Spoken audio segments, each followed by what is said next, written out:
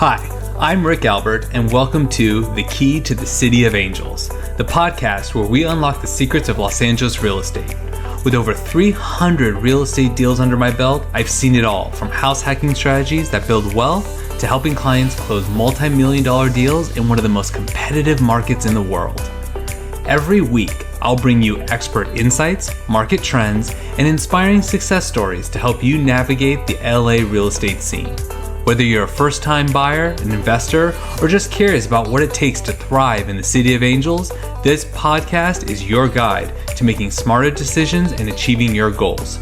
So grab your keys. It's time to unlock your path to prosperity in Los Angeles real estate.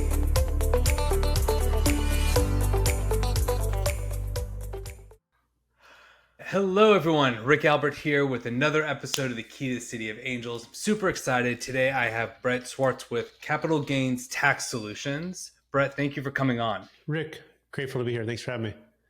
Yeah, so, I've had different people come on the show talk about different tax things, but taxes are like attorneys are kind of like doctors. Like there's always specialties in each category. So I always appreciate being able to hone in and talk on different topics. But I always like to ask, like, how did you get started in this? Because taxes can be boring for a lot of people. Yeah, so started by falling in love with real estate at a young age with my parents in the Bay Area of California, building houses. And then fast forward, I had a chance to study and practice multifamily brokerage at Marcus and Millichap, helping people buy and sell multifamily properties and do 1031 exchanges, and things were fun in those days. This was 06, right? And then 2008 hit, and a lot of things changed fast. So I had a chance to kind of learn the hard way of what not to do sometimes when investors are faced with the 45-day window and 180 days close of the painful part of it. And we thought the 1031 was the end-all be-all to building wealth, and it can be a great tool, but we found out that a hammer with a nail works when there's a nail to hit. But if interest rates have changed, if rents are flat, if debt's resetting, right? And then you're buying in the same market you're selling in, it can be a very painful process. So I saw friends, family, and clients lose half or all their wealth over a couple year period of time. And I was newly married at the time, baby on the way. And my wife and I had to move in with my brother to a small condo because we went flat broke. We lost all of our money. And we weren't really earning any money. So we didn't have much to lose. but we moved my brother to a small condo. I worked a side hustle, did what every real estate entrepreneur does, or a real estate wannabe. You get a side hustle. My side hustle was Cheesecake Factory. So some people go to the City of Angels to become actors and actresses, and they work restaurant jobs. I was in Sacramento at this point trying to be a real estate broker, working a side hustle at Cheesecake Factory. So I did that for 2 years.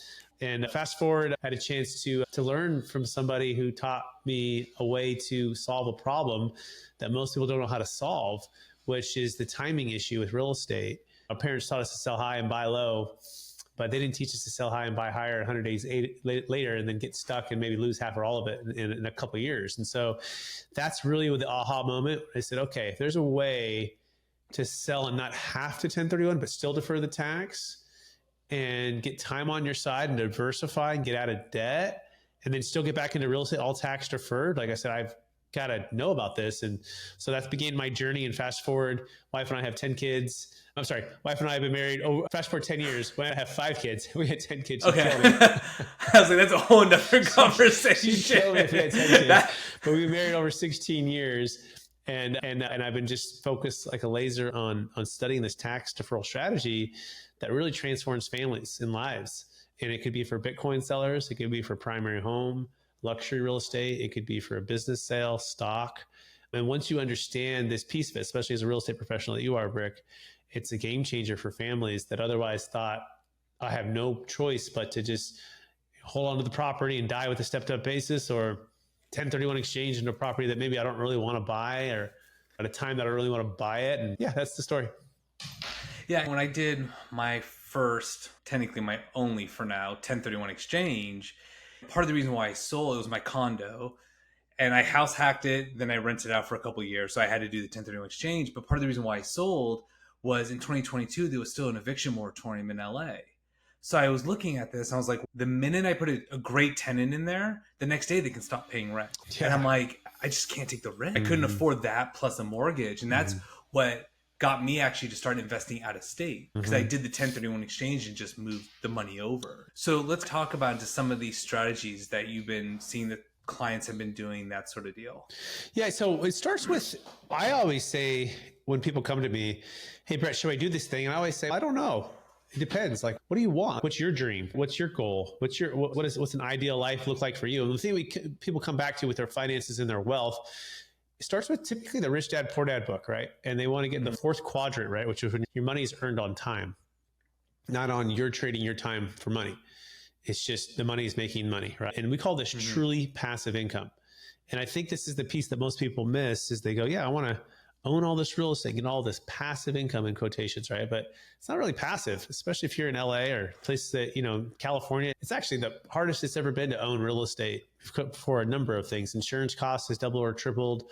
Property taxes are high. Regulation and rent control. You guys are dealing with fires. We dealt with fires. It just goes on. And you look at it and you go, for what? Like in these eviction moratoriums, you're just like, it's horrible, right? And you're like, I have all this money in this real estate that's highly appreciated. What am I really trying to achieve? And they're like, really what I want is truly passive income. And so we define truly passive income is to your freedom and impact as compounding interest is to your money. And we define it as Kenny Chesney on the beach playing the guitar, no shoes, no shirt, no problem. And you don't have a worry in the world. You have this consistent, durable income that's showing up and you don't have to worry about anything about that income. Partly because you like real estate, so you trust it. So we invest in a lot of passive real estate investments, a lot of debt real estate right now. And then we get double-digit returns on our money. But we help people exit. I'll give you a couple of California exit stories, right? We had a client that exited a $13 million car wash in San Diego. And this is right at the peak. And they were like, Brett, should we 1031? I'm like, no way you should 1031. They're like, we're at the peak. This is right before interest rates went way up. I'm like, sell. Pay off your debt, diversify. We will buy when the market comes back, like when the market's a buyer's market, right? And so we started to diversify. We went into a lot of debt. So we went to real estate debt paying 10%, all tax deferred with our vehicle here, right? So we increased our cash on cash return. We diversified their wealth. They even bought some Bitcoin within this trust that we'll talk about here in a second. They bought Bitcoin at 40,000 a coin. As we're recording today, it's over 100,000 a coin, right? That's incredible, right? To think about that, where it's passive. They more than doubled on that particular investment. We went into some hotel foreclosures that were really tanking at that point. We were finding some good deals, but their big dream was passive income and the ability to be an entrepreneur when it makes sense. It's back to the truly passive income. You've got to define what's your number. Is it 10,000, 20,000, 30,000, 40,000 a month? What is it? Pick your number and aim like a laser in achieving that. And we call that the big domino. We found that if you can achieve that passively, truly passive, like again, no shoes, no shirt, no problem. You don't have to think about it. It's just going to show up. Everything changes or it becomes irrelevant. Okay. And so that's what we do. We just build truly passive income plans for folks that are highly accredited investors that want that. We consider ourselves real estate investment advisors. We just have a great way to accelerate that through the sale of big assets, businesses, Bitcoin, real estate, to defer the tax and then just go back into those investments that are truly passive. So hopefully that answers the question, but that's our passion and our focus. Yes, because the goal is to defer, but typically it's like kind. So to sell a hotel to go into Bitcoin, that's not necessarily like kind. Or yeah, 1031 exchange, you can't do it. You're right. That's why we don't do a 1031 exchange. So our company, Capital Gains Tax Solutions, eliminates the need for the 1031 exchange. So we say 1031 exchange is Blockbuster. And guess what, Rick? There's Netflix, right? So we've got Netflix, right? We don't have to return the movie in 3 days. We don't have to rewind the movie. You don't have to be worried the movie's going to be checked out. Our strategy is very flexible. There's no like-kind replacement requirement. There's no 45-day 180 requirement. There's no debt replacement requirement. You don't have to stay in the exact same investment vehicle like you just sold real estate for real estate. You can truly diversify. You can put into stocks, bonds, mutual funds. You can dollar cost average. Like you go, why would I ever go back to Blockbuster if I have Netflix? And the only time you would do a 1031 exchange is if you find a deal that makes sense that you would have bought anyways. Sure. And then by all means, do it. We'll still work with folks to do that. We have a best 1031 exit plan that gives people both options to actually go for a regular 1031. And then if it doesn't work out, we can save it using our strategy or do a little bit of half and half. And so for you as the broker, if you're approaching a seller, says, Brick, I'd love to sell, but I don't have my upling lined up. I'd love to sell, but I don't want to be stuck in a 1031. Say, hey, we got a solution for you. It's the best 1031 exit plan. Call Brett at Capital Gains Tax Solutions, and he'll give you both options. And if we don't find it, you can save the day and go into this deferred sales trust, right? Or half and half. Like we did a deal out of Texas for $6 million. We did $2 million into one 1031, $2 million into another 1031 in South Carolina, and one in Oklahoma, and then the rest of it into the deferred sales trust. So it's you can put it into different buckets, right, at different times. So it's not a one size fits all the time. But you're absolutely right. You cannot 1031 exchange Bitcoin, but you can sell Bitcoin, defer the tax with our trust, and then invest it into real estate, or vice versa, sell real estate, defer it with our trust, and invest it into Bitcoin. And we do it through an installment sale method. This is the key, right? It's a 453 installment sale that's partnered with a trust. It's combined with the trust. We're the third party unrelated trustee. So we set these up with the tax attorneys, and then we execute on the business plan to invest. And so if you're an entrepreneur and you want to have flexibility, if you're an investor and you want flexibility, it transforms people's lives. So the idea is sell the business, sell the property, sell whatever. It goes into this trust, and then the trust will then execute on the investments. Correct. And then pay you back per the promissory note, typically at 8, 9, 10%. So let's say, I'll give you another deal. We did a $2.5 million apartment sale out of Sacramento. And this is for our client, Warren and Catherine. Their NOI was $120,000, and their tax was going to be about $1 million. They have 2 daughters that are 10 years old. They're twin daughters. They had them a little bit later in life. And they're like, we want to spend time with these kids. We don't want Warren having to drive back and deal with this property. They tore this trash and termites. We'll trade those 3 T's for our two twin daughters. We don't want to deal with that stuff. So we sold and we invested the funds, and we're netting over $190,000, right, of revenue. So we increased their cash on cash return by 60%. Interesting. So you go, wait, so I can increase my cash on cash by 60%. I don't have to deal with toilets, trash, termites, spend more time with my family, don't have to deal with rent control or these fires that are like burning California down. Yeah, I think I'll sign up. And so it's like they go and it transforms their life, and they love it, you know? So that's the key. Like a lot of real estate folks, and I'm one of those real estate folks, we're old dog stuck. It's hard to teach us new tricks, right? But after spending 10,000 hours and studying this thing since 2009 and executing on these, it's just a game changer. It's just such an amazing thing because it gives people what they really want. Truly passive income, diversification. And if you're the entrepreneur, you can still partner with the trust and go back into deals. Do your own deals if you want to. You don't have to be completely passive. You could use it as just hey, put me in real estate debt for a year or two, or T-bills or whatever. And when I see a deal, I'm going to partner with the trust tax deferred and go buy another deal and run that deal myself. So you're not stuck, Rick, like having to be passive. You can actually be active with it. So you just have more flexibility. Total flexibility. Yeah, that's the way I would say it. Versus the other one is limited or no flexibility. 1031. Yeah, and that makes sense. What I've actually had a few of my clients do is actually the reverse 1031 exchange. I've seen some of that as well. And it's funny because people are like, it's technically more complicated, but it's only complicated for the accommodator. It's not as very complicated for you. Yeah. But you're right, because like I own properties out of state, and even with property managers, it's becoming a part-time job. For sure. Oh, absolutely. Yeah. Oh, 100%. Yeah. So what has been the most popular thing, especially right now, right? Because people are concerned that we are heading a recession. We are in a recession. Recessions are usually defined by something that happened in the past. So by the time we find out, it's already happened. But what are people doing now that we're seeing? Yeah. So my clients and what we're doing is we're staying away from a lot of equity deals because interest rates are still they are still higher than cap rates, generally speaking. Okay. So it's a negative arbitrage. Let's say 3.5% used to be the old interest rate, and you could buy a 5 cap. It's a positive arbitrage. Now we're like 6, 7, 8% interest rates, and we're some 6, right? It's not it's not as attractive. Doesn't mean you can't we found some really deep discounted apartment complexes that we're buying on basis. Like we bought one for $68,000 in Door, 375 units. That's decent. It's crazy how if you find that, like it doesn't really matter what the cap rate is because we're going to go in there, we're going to improve it, increase the rents, but it still has a solid cap. It's a 5% year 1, and then the 9% year 2, 3, and then we're probably going to double our money in year 4 when we sell it, right? So we're just very selective on the equity deals. So what we're mostly going into is real estate debt. We're making 10 to 16%. So that's what I see. Don't fight interest rates being up. Just become a lender. Got it. And then who are you lending the money to? Oh, so groups that are doing multifamily, single family home flips, land entitlement plays. And yeah, we just work with some of the best in that industry. We vet them and then we loan them the money or invest into their fund. And it's great. Like we don't fight the current of trying to get a needle in the haystack of equity deals that are just really hard to find.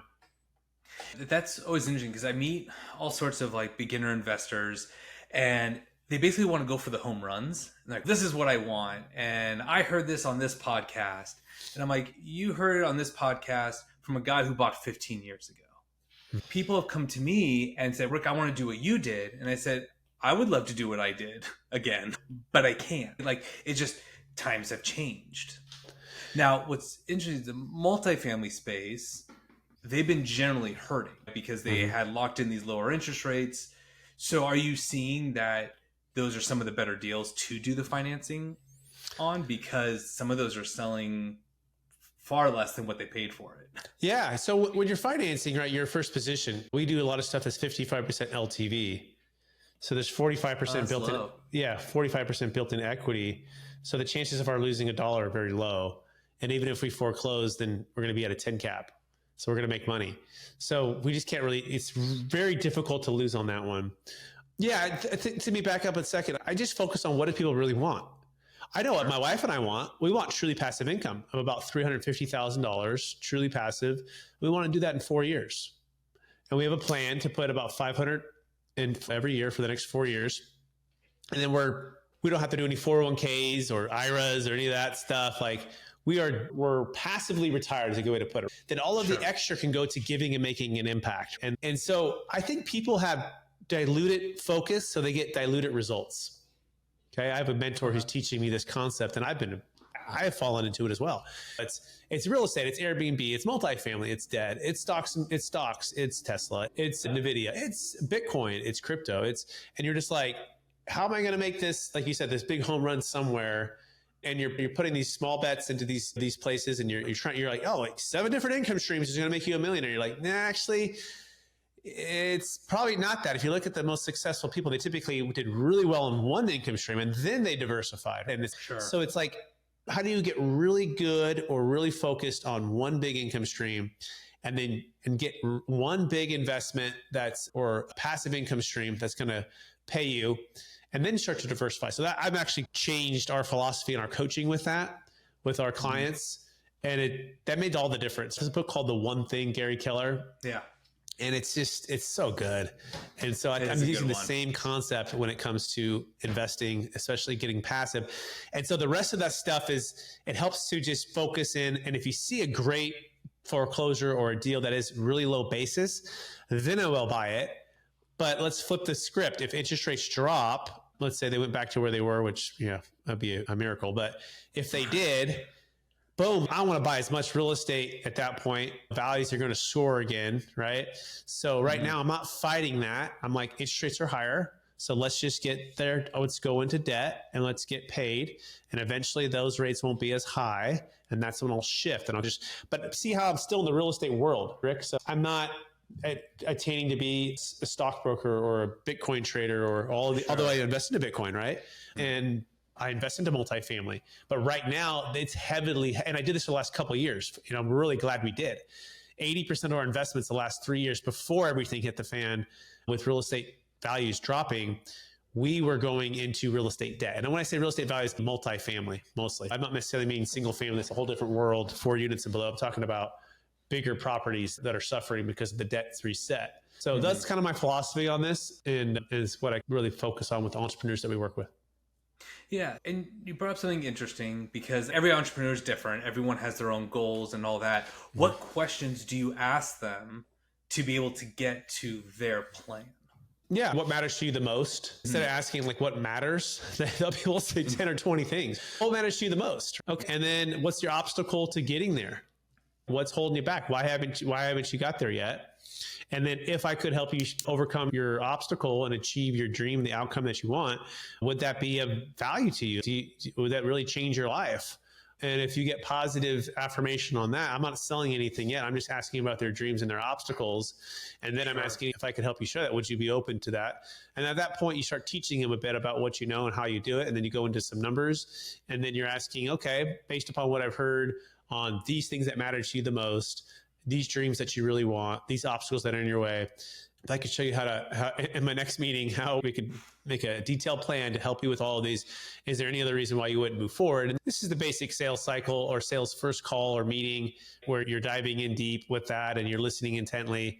And then you're solving problems in a way that'll transform people's lives. I think where people get caught is they move too fast to their solution or their idea, and they haven't specified or really clarified the pain that someone's in or the dream that they want to achieve.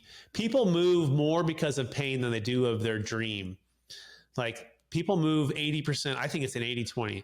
If you're in pain, you're 80% more likely to move than if you're just looking for a dream. You're maybe 20%. So I think that, that principle 80-20, and maybe I don't know what it actually is, but I just feel like that's got to be it. So there's got to be some serious pain or some serious loss that's going to happen. I'm not going to spend time with my kids, or I'm not going to be able to travel the place I want to travel, or my health is going to suffer, or there's something it's hurting that if we don't solve this, or like just our legacy is going to be crushed with tax. And I don't want to see Doge and the government just wasted away. Like the disaster that's been, not only is it paying tax these days, it's like literally like just burning your money out the window when you pay your fair share.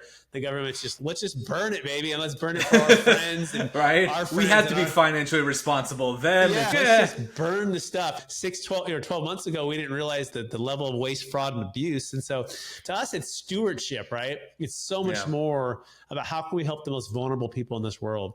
How can we make a huge difference? I was speaking with a client this weekend. Last week we were at a North Carolina event, and he was talking about how he's pretty much set. And I'm like, that's great, but why don't we start increasing your cash flow?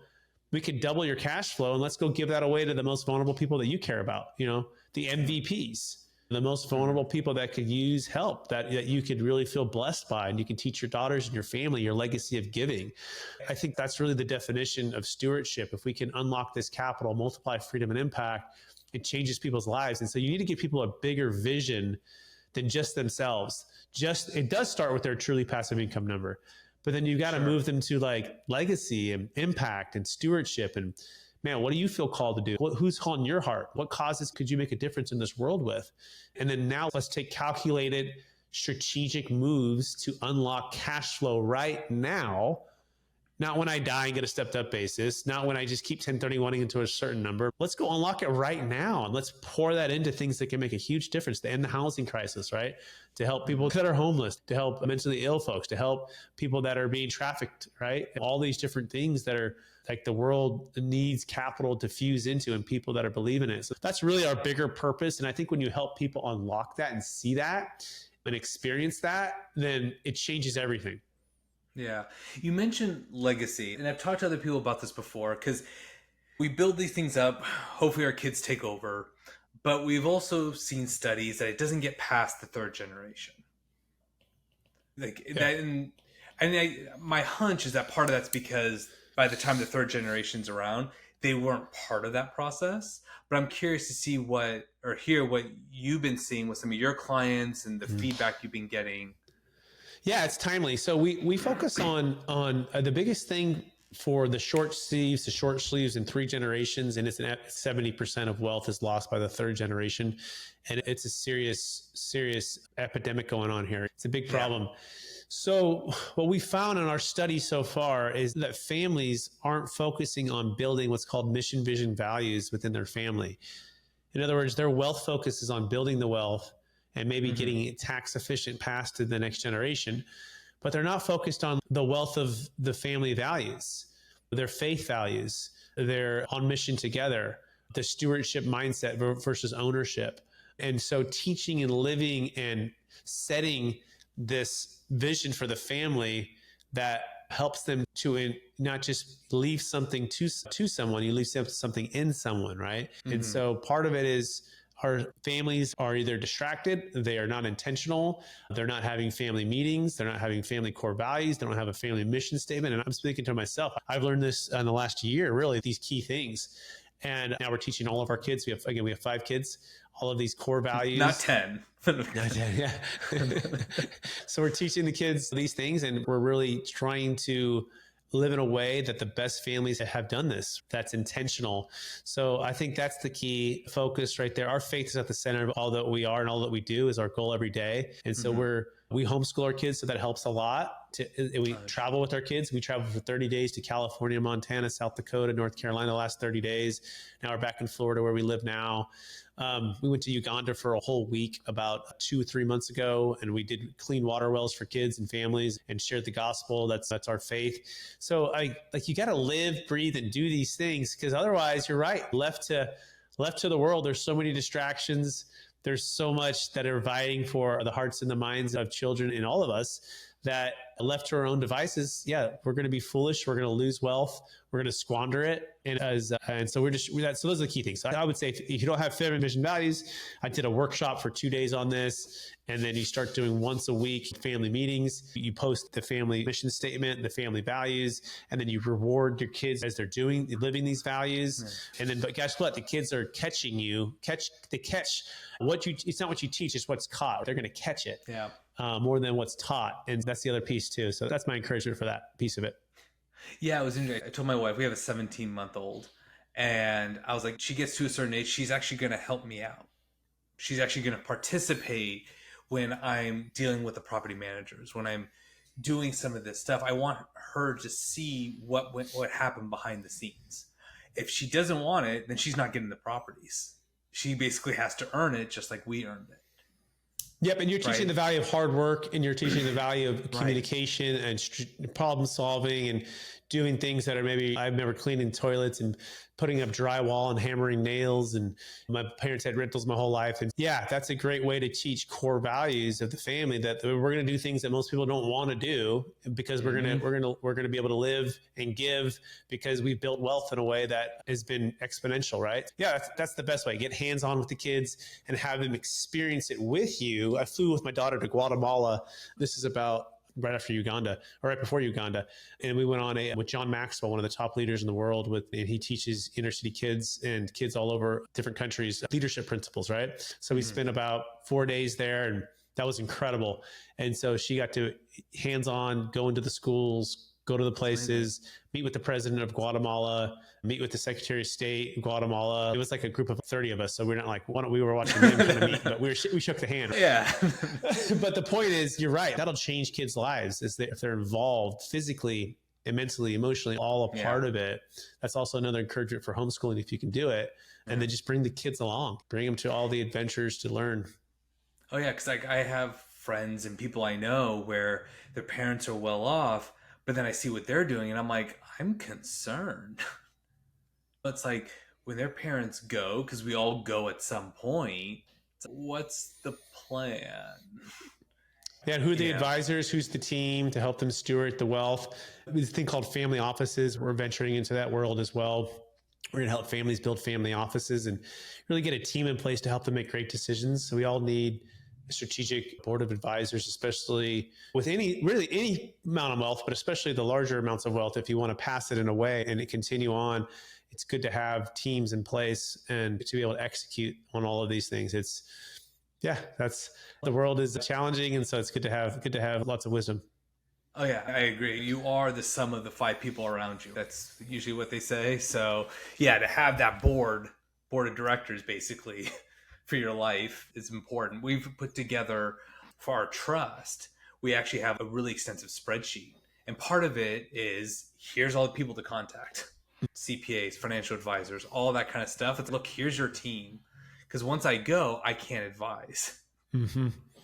And we don't want to leave people hanging, because I've seen people left hanging and it's a problem. Going back to when you were talking about basically doing these initial consultations and you're saying, hey, what are your obstacles? What have been some of the most common obstacles? Because you're already dealing with somewhat high net worth individuals, right? And now you're just taking them to the next level. Yeah, I think the biggest things is when they meet us, if they had never heard of it, their CPA's never heard of it. So the biggest obstacle is does this thing really work? Can it really work for me? Is it really legal? It's just helping them overcome false beliefs of like our vehicle because they've never heard of it before. And they've been in it, and these people are really smart and they've been in the business and real estate world for a long time. So that's definitely for our specific one. Some of the other obstacles have to do with estate tax and death tax. So we want to solve that for folks. Like most folks don't realize, or they forget, or haven't been really keen to that. A 1031 exchange gives you a stepped up basis at death, and that eliminates capital gains tax, but it doesn't eliminate the death tax.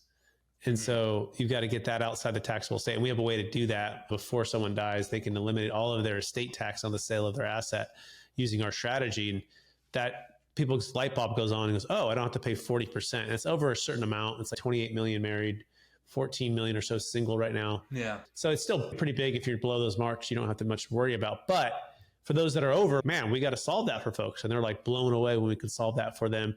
So I would say that. I'd say like for the California folks, like just knowing that I think they appreciate I was in California my whole life and now I'm outside and I have investments that are not California. Yeah, kind of like what you're doing, right? Yeah. So that speaks volumes for people because they're like, oh, wow, there's extra returns and little or less risk versus where I was in California. So I think that helps people too. Those are some of the things that come to mind. Yeah, it's interesting when people have asked me, like, why are you investing out of state? I said, how often do you go to your rental properties here? I don't really go. I'm like, so what makes a difference if it's down the street or a flight away? Yeah. Yeah, it's good to say. Yeah. And you can do a mix, right? Because I have a second unit on my property. So it's okay, look, I have a rental here. I have rentals out of state. Yeah. And really, I was using LA because we are known for appreciation, that was my vehicle to help invest out of state. Yeah. Because a 3% appreciation on $1 million asset is 30 grand. But if you bought it as a primary residence, FHA, it's like you almost made all your money back in the first year. Right. Yeah, spot on. You got to really define what is this investment doing for me and what matters to me the most. And you're like, wait, truly passive income matters to me the most. Okay, let's do that first and let's knock that out. And you're right. You might do a big appreciation play in LA, get a big gain, and then use our strategy to defer the tax and then double your cash on cash return. Yeah. And you just accelerate that much faster than just rolling it into something where their cash on cash return is equal or a little bit more. And it doesn't make, it makes incremental change versus total transformation change. I'll give you a story for that. It's nothing to bring this thing to life, right? Another client, he had a self-storage facility in Pennsylvania. It's like a $6 million exit. And he's working all the time. He's managing it all the time. But he's making good cash on cash return, but it's a whole thing, right? And so he sells it, defers all the tax, diversifies his wealth, and increases his cash on cash return like, I think 30 or 40%. And this is incredible. Like, I got margin back in my life. I lowered my stress and I increased my cash on cash return. What else does the guy want? I'm like, yeah, exactly. Yeah. It's hard for me to find someone that says, I love pain. Yeah. And like going into it. I get the whole building a business and all that. Yeah. It's a part for that. And again, you can still do it. But again, I know for us, I'm still building a business. I'm not getting out anytime soon, but I'm also want the truly passive income coming in. So I'm going to do that I'm going to knock that out 4 years. And then boom, I know that's just going to be there, right? Coming in, no matter what. There's always some risk there's always risk to stuff, but I feel like I have certainty of conviction and it's there, and they've never lost a dollar, never not paid on time, like all of these things. So that's a big game changer for people, truly passive income. Yeah. What are some of the big ways to de-risk? I think number one, getting out of debt, getting out of dumb debt, especially debt that's negative arbitrage, right? Where your interest, your cash on cash or your cap rate is less than your debt interest rate. So getting out of debt when the market's really hot is number one. It's a three-part mindset. There's cash flow mindset, there's tax flow mindset, and there's debt flow mindset. Okay. And having all three of these in sync. So where people get in trouble is they just focus on cash flow and they don't really think about debt. And like I had one client tell me that interest rates are never going to go up higher than where they're at. In fact, I think they'll go to zero and blah, blah, blah, blah. I'm like, really? This is a couple of years back, right? Yeah. I'm like, I don't know. And then could he be more in the wrong? Yeah. Yeah. And now these things, the ships are sinking on these, the debt is sinking the ships. Tax flow, that's capital gains tax, that's income tax, that's living in different states, that's looking at bonus depreciation, that's looking at 1031s. I mean, you've got to have your tax flow game on. And then cash flow is king, right? You got to figure out ways to, I call it truly passive cash flow is really what you want. So I think you want to have all three of those, and you want to have those all lined up as best as you can to accomplish what you're trying to accomplish. Does that answer the question, or did I kind of go? Yeah. No, you did. Because that's always people's biggest concern is like, if I invest in something different, like what I always liked about real estate was like, look, this is a tangible asset. Even if the place burns down, I still have land value and an insurance policy. Yeah, let me add to that. I'm sorry. Also, diversification, liquidity. Okay. Diversification, liquidity, and then debt flow, tax flow, cash flow. Okay. We want to go into debt or be a lender when interest rates are high and equity doesn't make sense. Kind of we talked before. We want to diversify once we have our truly passive income number in and down, right? Yeah. And then we also want liquidity always, just in case for a rainy day, right? You want to have your emergency fund, you want to have your reserves, you want to have all of that in place, but you don't want to get caught with stuff that's too much real estate that's illiquid. You don't have a good balance. So diversification, liquidity, cash flow, tax flow, debt flow, getting all of those lined up.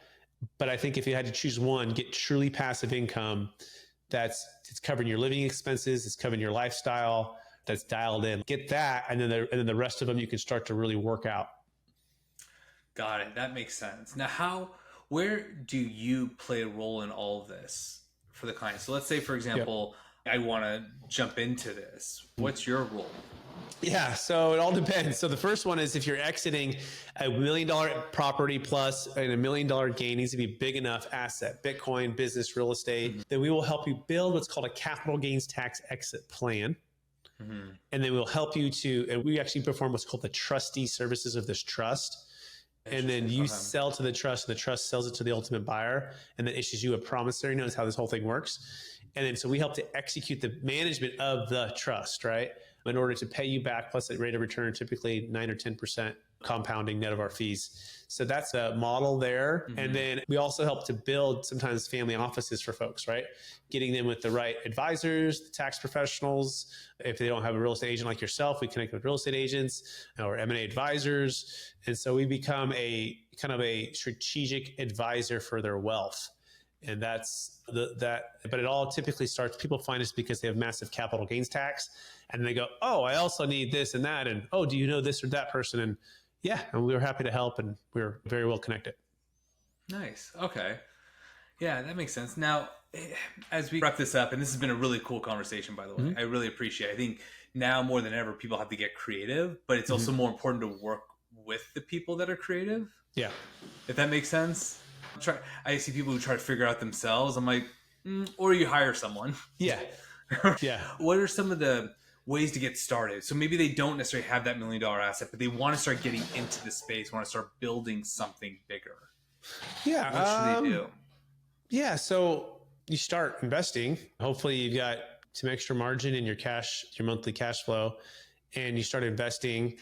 It's how I started, right? We just started investing, and we broker deals, we structured deals, we invested into deals. So I think getting the mentor obviously is important. Going with someone who's already done it before, hiring a coach, going to conferences, reading all the books, reading all the books. Yeah, I think it's just a mindset of growth and having clear goals and working harder on yourself than you do on just your wealth plan. Like, how am I going to grow my character, my influence, my faith, my fitness, my finances, my personal development, my leadership, like my friends, my family, these major areas of life. I think when you grow as a person, your wealth tends to grow as well. It doesn't always correlate that way, but I think it certainly helps as you're around different folks. But yeah, you've got to have, it starts with income, right? You've got to have, either you're working a W-2 job and then you're working something else. Yeah, that's what I would say. Yeah, nice. All right. Brett, thank you so much for coming on. I really appreciate it. Yeah. How can people get a hold of you? Yeah, you can go to capitalgainstaxsolutions.com to book a time with myself or one of my team members. If you have a big exit coming up, you can also check out the book on Amazon. We have Kevin Harrington from Shark Tank in the book, It's called Building a Capital Gains Tax Exit Plan. And it's an Amazon bestseller, which is pretty cool. And it's for unlocking your ideal wealth plan when selling any asset of any kind for yourself or your clients. And so if you're a real estate professional like Rick, or you help your financial advisor, CPA, you're gonna want to check it out because it can help you help them. And we're happy to work with all of the amazing folks like your business professionals out there too. So that's about it. All right, perfect. Thank you again for coming on. And for everyone listening or watching, thank you so much. And I'll talk to you guys next week. Bye, everybody. Bye. Thanks for tuning in to The Key to the City of Angels. I hope you found today's episode helpful as you navigate the world of Los Angeles real estate. Whether you're looking to buy your first home, expand your investment portfolio, or sell in this competitive market, I'm here to help you succeed. Let's connect. Visit my website or follow me on social media to learn more about how I can help you achieve your real estate goals. And if you're ready to take the next step, don't hesitate to reach out. I'd love to work with you. If you've enjoyed this episode, be sure to subscribe, leave a review, and share it with someone who might benefit. Together, let's unlock your potential and make your real estate dreams a reality.